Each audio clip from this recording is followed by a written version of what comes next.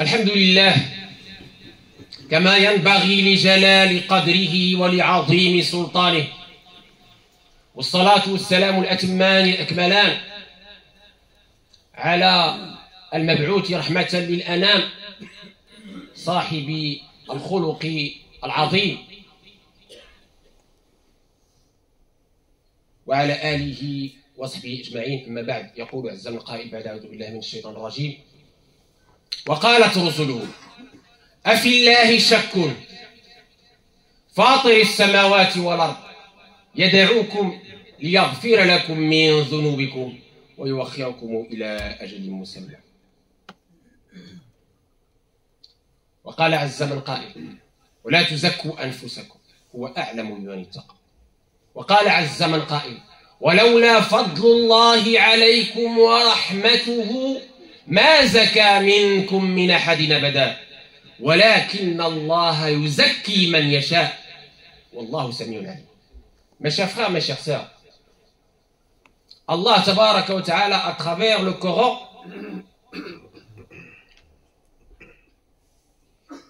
nous fait découvrir les récits des prophètes et des messagers,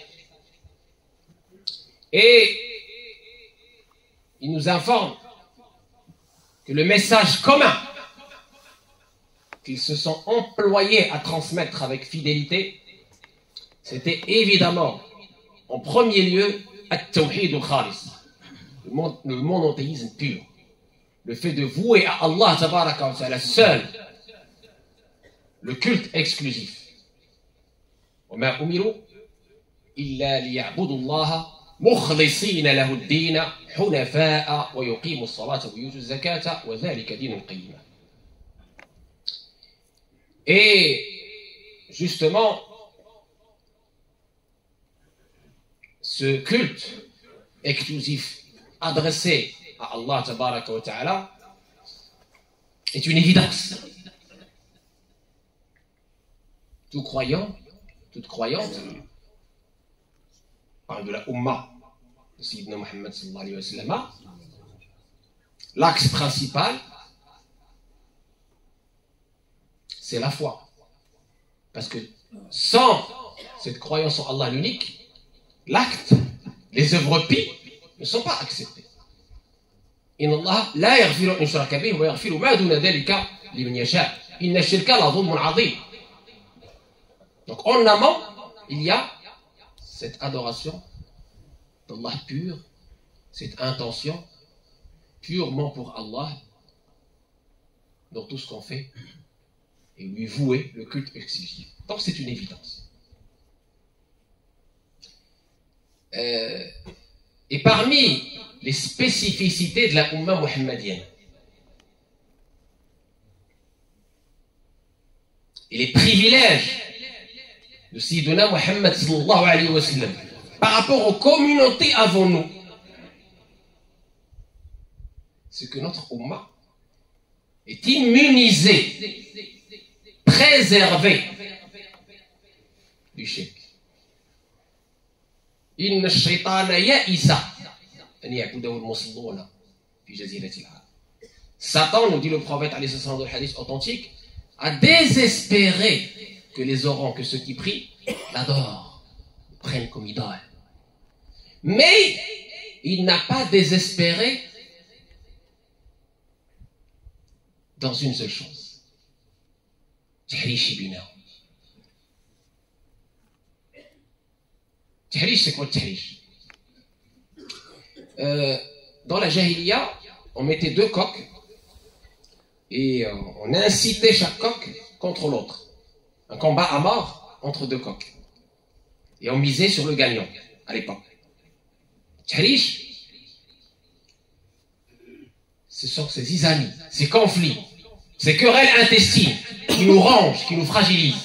Ça, Shaitan n'a pas désespéré. Il est toujours là en train d'insuffler la zizanie, les conflits, de dresser chacun contre son frère pour des futilités, pour un oui ou pour un non. إخوة الإيمان، جاءني بعض الشباب بعد محاضرة ألقيتها عن الأخلاق تحت عنوان الحديث الصحيح أو الحديث الذي أخرجه البخاري في أدبه المفرد: إنما بعثت لأتمم مكارم الأخلاق. جاءني أحد الشباب، كانوا 3 أو 4، قالوا يعني ما فائدة الكلام عن الأخلاق والأمة توحيدها معوج؟ من أنت يا أخي حتى تحكم على الأمة هذا الحكم الجائر وتقول هذا القول العظيم؟ ثم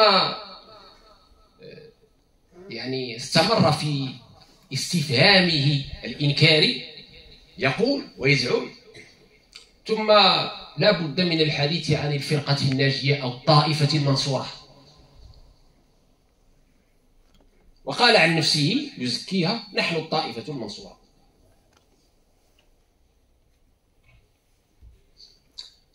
Donc je disais, après une conférence sur l'éthique, sur le comportement, la beauté que j'avais donnée, certains jeunes sont venus me voir avec un de leurs leaders, un de leurs chefs présumés, qui me disent: oui, mais tu parles de l'éthique, du comportement, alors que la Ummah est aujourd'hui en déviance dans son tawhid.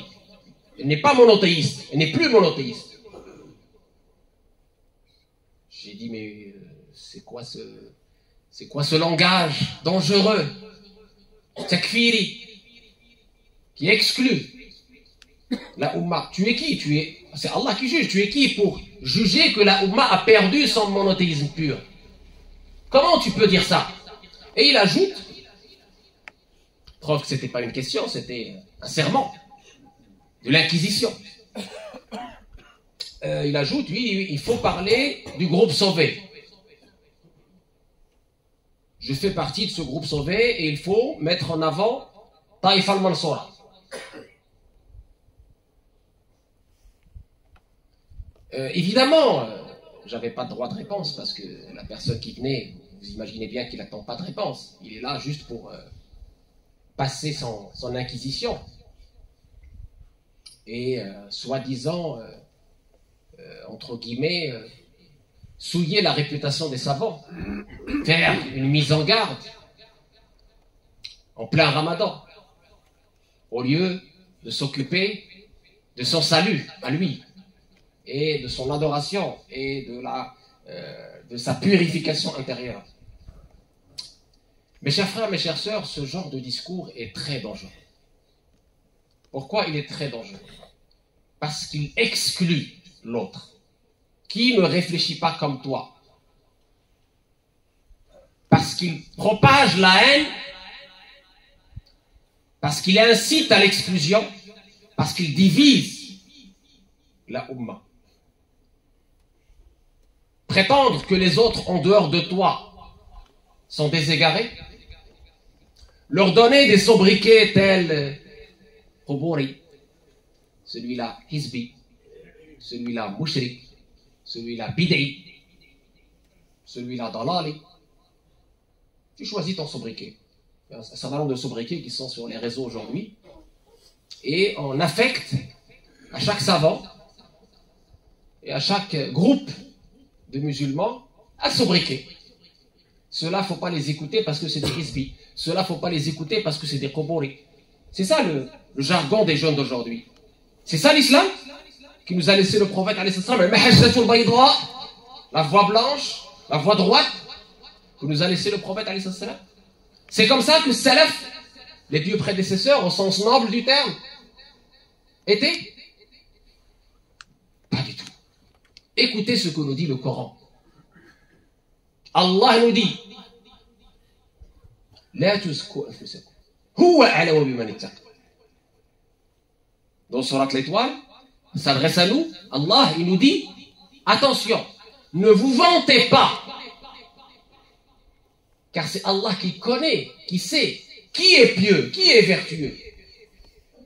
Et dans le verset de la Sourate An-Nur, وَلَوْلَا فَضْلُ اللَّهِ عَلَيْكُمْ وَرَحْمَتُهُ مَا زَكَى مِنْكُمْ مِنْ أَحَدٍ أَبَدًا وَلَكِنَّ اللَّهَ Si ce n'est pas la grâce d'Allah et sa miséricorde, vous ne serez pas purifiés. Mais c'est Allah qui purifie qui il veut. Tu es qui pour distribuer les statuts comme ça? Prétendre que tu es le groupe sauvé. Tu contredis le verset d'Allah qui t'appelle à l'humilité. Tu contredis le verset d'Allah qui dit que c'est lui qui juge, c'est pas toi. Sur quelle base tu vas exclure celui-là de l'islam, ou celui-là de l'iman, ou celui-là de la voie droite, ou celui-là de la voie des salafs? Connais-tu la voie des salafs? Voici, mes chers frères, mes chères sœurs, Omar ibn Khattab, radiyallahu anhu arda.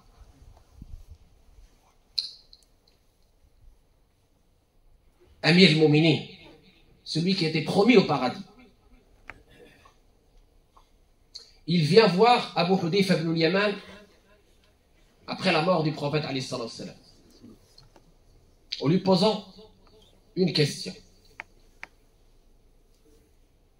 Abu Hudayfa ibn al-Yaman, brièvement, c'est quelqu'un à qui le prophète alayhi salatu wassalam avait confié la liste des hypocrites. Abu Hudayfa ibn al-Yaman, bien sûr, c'est une amana, il ne pouvait pas dévoiler le secret. Mais Omar le rassure tout de suite. Il lui dit, oh Abu Hudayfa, moi je veux juste savoir si je fais partie de la liste. Vous imaginez l'abnégation, l'humilité. C'est ça les salafs. Les pieux prédécesseurs, au sens noble du terme, au sens historique du terme, au sens religieux du terme, et non pas au sens galvaudé, prétentieux, idéologisé. Ces salafs-là, ils sont humbles, n'ont pas de prétention. Abu Hudayfa, il lui répond, il lui dit, ô Amir al-Mu'minin, entre toi et eux, il y a une porte. Et dans cette intelligence et cette subtilité, Omar lui dit, est-ce que cette porte sera ouverte ou sera cassée? Il lui dit, elle sera cassée. C'est là où Omar va comprendre qu'il va être assassiné. Et sa prière et sa supplication à Allah tabaraka wa ta'ala demeurera jusqu'à son assassinat, qu'il ne soit pas assassiné par un membre de la Ummah. Vous voyez l'abnégation? Vous voyez l'humilité? Où sommes-nous par rapport à ces gens-là? Des gens aujourd'hui qui distribuent des statuts de bons musulmans et de mauvais musulmans. Concentre-toi sur toi-même, mon frère, ma sœur. Et si tu veux faire nasiha, si tu veux faire le conseil, fais-le sans jugement. Fais-le sans rejet de l'autre. Fais-le sans orgueil. Ne sois pas dans le kibr. Le kibr qui t'exclut du paradis. Le kibr qui est le rejet de l'autre. Le mépris de l'autre et le rejet de la vérité. Kibr. Il faut être dans l'hymne, dans la bienveillance, dans la douceur. Même Pharaon, quand Allah a envoyé Moussa et son frère Haroun vers lui, qu'est-ce qu'il lui dit? Dites-lui une parole douce. Bien que c'était un tyran qui a tué des enfants. Parole douce, bienveillance, douceur, sagesse. Ud'u ila sabili rabbika bil hikma wal maw'idha al hasana wajadilhum billati ahsan. Inna rabbaka huwa a'lamu biman dalla an sabili wa a'lamu al-muhtadin. Qu'est-ce que tu vas récolter de ce jugement négatif, si ce n'est la haine de l'autre, si ce n'est la division?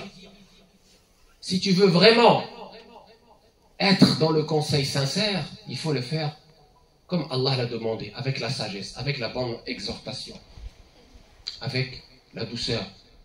Je donne un deuxième et dernier exemple. L'imam Ibn Hanbal, fondateur de la 4e et dernière école sunnite, un grand salaf aussi. Certains se prétendent de l'imam Ibn Hanbal, mais ils ne connaissent pas l'imam Ibn Hanbal. L'imam Ibn Hanbal, sur son lit de mort, mes chers frères, mes chères sœurs, sur son lit de mort, son fils est là, ses proches sont là, yulaqinunahu shahadatan.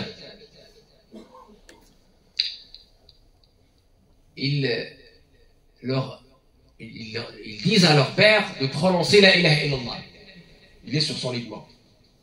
Et lui, il a perdu conscience et il dit la ba'd, pas encore, pas encore. Son fils avait peur. Il dit mais pourquoi mon père il dit la ba'd, pas encore, pas encore. Et puis l'imam Ibn Hanbal revient à lui-même. Il dit mais mon père, son fils lui dit mais mon père, tu nous disais la ba'd, pas encore. Et il lui dit je voyais Shaitan qui venait vers moi et qui me disait tu as été épargné, tu as été sauvé. Et moi je lui dis pas encore. Tant que je ne suis pas chez Allah, pas encore. Je reste humble. Allah husna al-khatima lana wa lakum wa li sa'il muslimin. On demande à Allah tabarak wa ta'ala la bonne fin pour nous tous. Wa an yahfazana min makrihi fa innahu la yamanu makra Allah illa al-qawm al-khasirun. Afa aminu makra Allah fa innahu la yamanu makra Allah illa al-qawm al-khasirun. Qu'Allah tabarak wa ta'ala nous préserve de son stratagème. Makr. آخر دعوانا الحمد لله رب العالمين. الحمد لله الواحد بلا عدد. الحمد لله رافع السماء بلا عمد. الحمد لله الذي يولد ولم يلد والصلاة والسلام على المبعوث بالرشاد وآله وصحبه المهتدين. أما بعد أيها المؤمنون، السؤال الذي ينبغي أن أطرحه على نفسك في ختام هذه الخطوة هو أن لكل قول حقيقة. فما حقيقة قولك؟ إذا كنت تزعم الإيمان فما حقيقة إيمانك؟ ما ثمرة إيمانك؟ قال عز من قائل يوم ياتي بعض آيات ربك لا ينفع نفس إيمانها لم تكن آمنت من قبل أو كسبت في إيمانها خيرا Mon cher frère, ma chère sœur, la grande question que tu dois te poser, au lieu de chercher la petite bête chez les autres, au lieu de chercher, de scruter les défauts des autres, la grande question que tu dois te poser, quelle est l'implication de mon tawhid, de ma foi, au quotidien? Qu'est-ce que cette foi m'a apporté au quotidien? Quelle est la vérité de ma parole? Parce que toute parole a une vérité, une preuve. Quelles sont tes preuves? Tu vas arriver chez Allah, il va t'exiger des preuves et tu ne pourras pas mentir. Allah nous dit dans le Coran, par rapport aux grands signes, le jour où il y aura quelques grands signes, alors ce jour-là, la foi ne te sera pas utile si tu ne l'avais pas eue avant. Ou, le ou est important, si tu n'avais pas acquis, grâce à cette foi, du bien. Qu'as-tu fait de ta foi? قال العلماء الإيمان ما وقر في القلب وصدقه العمل. La foi, c'est ce qui est enfoui dans le cœur, mais qui est confirmé par les œuvres pies. Sont où tes œuvres pies? هذا الأمر مهم ينبغي أن نطرحه على أنفسنا اليوم، خصوصا في رمضان. فلا نغتر ولا نتصيد عيوب الآخرين ولا نكون قضاة، بل نكون دعاة إلى الله عز وجل بالحال والمقال، بالتواضع، ونطلب من الله ونسأل من الله عز وجل حسن الخاتمة. حسن الخاتمة. Donc, pour terminer, mes frères, mes sœurs, cette question de l'implication de ton acte au quotidien, l'application de ta foi. Tu ne peux pas te prévaloir d'une foi sans que cette foi qu'il puisse avoir des implications, des fruits, comme le bon comportement vis-à-vis des créatures. C'est ce qui te permet de juger ta foi, de juger ton adoration, de juger ton jeûne. Quelle est l'application de ta foi? C'est ça qu'on doit à chaque jour nous poser comme question. Si on veut être dans le groupe sauvé, sans prétendre être le groupe sauvé. Et nous demandons à Allah à la fin de nous accorder la bonne fin, car c'est ça qui est le plus important. De nous enraciner dans cette belle religion. ولا يمكن أن أختم دون أن أتوجه بالدعاء للمولى سبحانه وتعالى أن ينصر المستضعفين، أن ينصر إخواننا في غزة الذين يعانون الأمرين، ونحن في شهر رمضان، شهر الغفران، شهر التراحم. نطلب الله تبارك وتعالى أن يرفع عنهم ما نزل. نطلب الله تبارك وتعالى أن ينصرهم ولو بعد حين. On a des frères et des sœurs à Gaza, les victimes civiles sont en train de mourir à petit feu, dans la faim, dans la soif, dans le blocus et dans un silence assourdissant. Nous demandons à Allah tabaraka wa ta'ala de les sauver. Nous demandons à Allah tabaraka wa ta'ala d'épargner ces vies innocentes, ces victimes civiles innocentes. Nous demandons à Allah tabaraka wa ta'ala qui lui a les clés.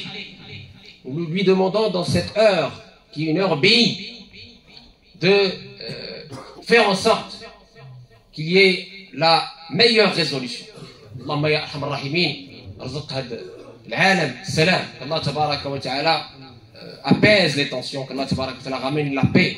اللهم يا ارحم الراحمين آتي نفوسنا تقواها زكيها أنت خير من زكاها أنت وليها ومولاها. اللهم أسألك حسن الخاتمة ونعوذ بك من شر العاقبة وسوء الخاتمة. هذا وكثير من الصلاة والتسليم على كثرة الصلاة والسلام عليه تحت الأوزار وتنال منازل الأبرار سيدنا وحبيبنا وشفيعنا محمد بن عبد الله رسول الله. اللهم صل على سيدنا محمد وعلى آل سيدنا محمد كما صليت على سيدنا إبراهيم وعلى آل سيدنا إبراهيم وبارك على سيدنا محمد وعلى آل سيدنا محمد كما باركت على سيدنا إبراهيم وعلى آل سيدنا إبراهيم في العالمين إنك حميد مجيد. وقوموا إلى صلاتكم يرحمكم الله.